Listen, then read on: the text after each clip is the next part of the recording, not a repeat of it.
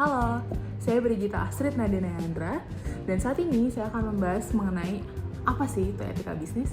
Etika bisnis merupakan prinsip moral yang menjadi dasar dalam pengambilan keputusan perusahaan. Nah, artinya, setiap kebijakan dan strategi itu harus dijalankan dengan nilai-nilai yang jujur, adil, bertanggung jawab, dan peduli terhadap dampak sosial.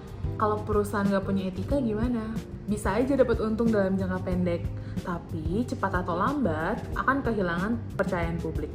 Contoh nyatanya adalah dari perusahaan Unilever Indonesia, di mana mereka menerapkan Code of Business Principles yang dengan tegas menolak suap dan juga korupsi. Nah, semua karyawan dan mitra bisnis ini harus mengikuti prinsip ini.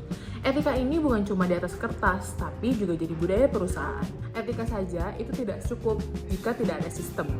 Nah, disinilah peran Good Corporate Governance atau GCG. GCG adalah kerangka kerja formal supaya perusahaan dapat transparan, accountable, bertanggung jawab, independen, dan juga adil. GCG itu bikin perusahaan bisa dikelola secara profesional dan diawasi dengan benar, terutama oleh Dewan Komisaris, Komite Audit, dan pemangku kepentingan lainnya. Contoh nyatanya adalah pada Bank BCA, di mana Bank BCA itu rutin menerbitkan laporan keuangan yang diaudit independen dan mudah diakses oleh publik. Struktur organisasinya pun mendukung pengambilan keputusan objektif, bebas konflik kepentingan. Hasilnya, investor percaya, masyarakat percaya, dan reputasi jangka panjang tetap terjaga. Kepentingan stakeholder. Stakeholder merupakan semua pihak yang terlibat atau terdampak oleh aktivitas perusahaan, termasuk di dalamnya ada pemegang saham, karyawan, konsumen, petani, pemerintah, hingga masyarakat umum. Perusahaan yang sehat dan berkelanjutan merupakan perusahaan yang mendengarkan dan merespon kebutuhan stakeholder, bukan cuma pemilik modal.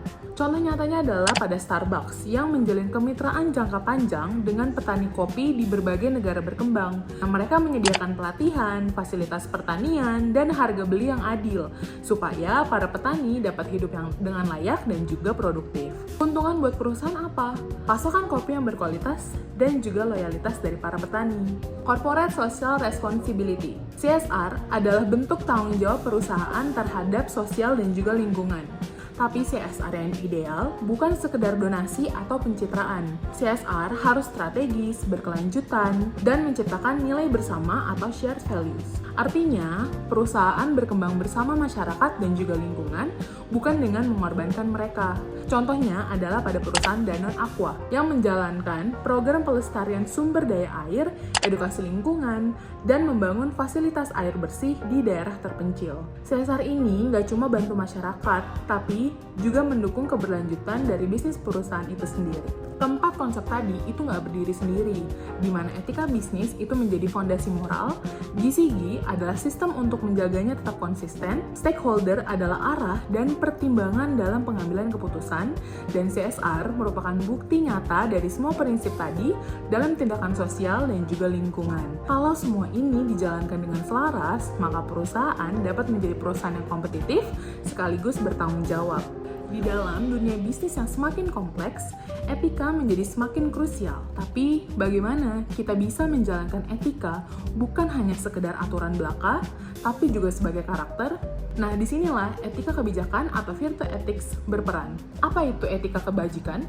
Etika kebajikan berasal dari filsafat Aristoteles, fokusnya bukan hanya pada apa yang harus dilakukan, tapi lebih dalam lagi, siapa kita sebagai pribadi.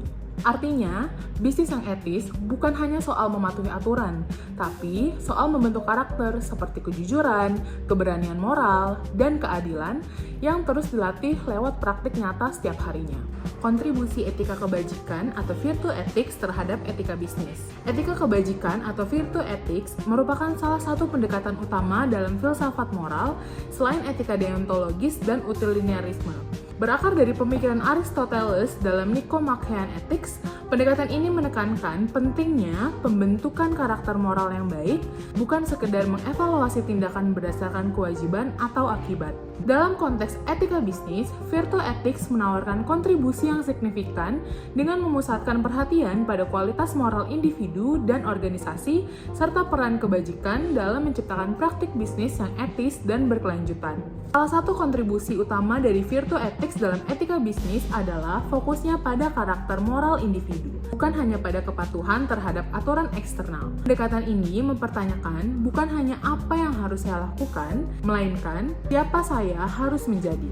Menurut Aristoteles, kebijakan seperti kejujuran atau honesty, keberanian moral atau moral courage, dan keadilan atau justice perlu dikembangkan melalui praktik berulang dalam kehidupan nyata. Dalam konteks bisnis, hal ini berarti bahwa para pelaku bisnis perlu secara aktif membentuk dan mempertahankan kebiasaan etis dalam menjalankan peran profesional. Virtu Ethics juga memberikan landasan yang kuat bagi pengembangan kepemimpinan yang beretika. Pemimpin yang memiliki integritas, kebijaksanaan praktis atau pronesis, dan rasa tanggung jawab akan menjadi teladan moral dalam organisasinya. Etika kebajikan mendorong lahirnya apa yang disebut sebagai virtuous leadership, yakni kepemimpinan yang tidak hanya kompeten secara teknis, tapi juga berakar pada nilai-nilai etis yang kuat. Pemimpin seperti ini mampu mendorong budaya organisasi yang menghargai kejujuran, transparansi, dan juga keadilan. Etika kebajikan menekankan pentingnya pronesis, yaitu kebijaksanaan praktis untuk menavigasi dilema etis dalam konteks yang kompleks. Dalam dunia bisnis, tidak semua persoalan dapat diselesaikan dengan aturan atau prosedur tetap.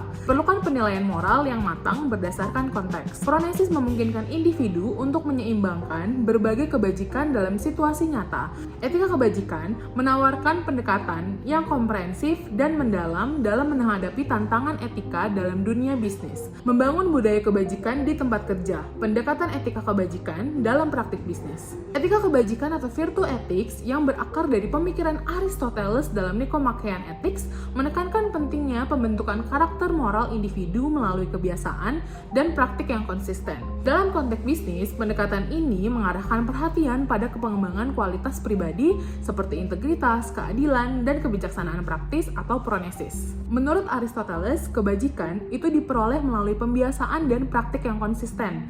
Oleh karena itu, organisasi perlu menyediakan program pelatihan yang tidak hanya menyampaikan aturan etika, tetapi juga mendorong internalisasi nilai-nilai kebajikan seperti integritas, keadilan, dan juga empati. Pelatihan ini dapat mencakup studi kasus, diskusi kelompok, dan refleksi pribadi yang memungkinkan karyawan memahami dan menerapkan nilai-nilai tersebut dalam konteks pekerjaan sehari-hari. Membangun budaya kebajikan dalam organisasi bisnis itu memerlukan pendekatan yang holistik dan berkelanjutan. Dengan mengintegrasikan prinsip-prinsip etika kebajikan ke dalam pendidikan dan pelatihan, kepemimpinan, rekrutmen, budaya organisasi, kebijakan laporan, dan tujuan sosial, perusahaan dapat menciptakan lingkungan kerja yang etis dan bermakna. Pendekatan ini tidak hanya meningkatkan integritas dan tanggung jawab individu, tetapi juga memperkuat reputasi dan keberlanjutan organisasi di dalam jangka panjang.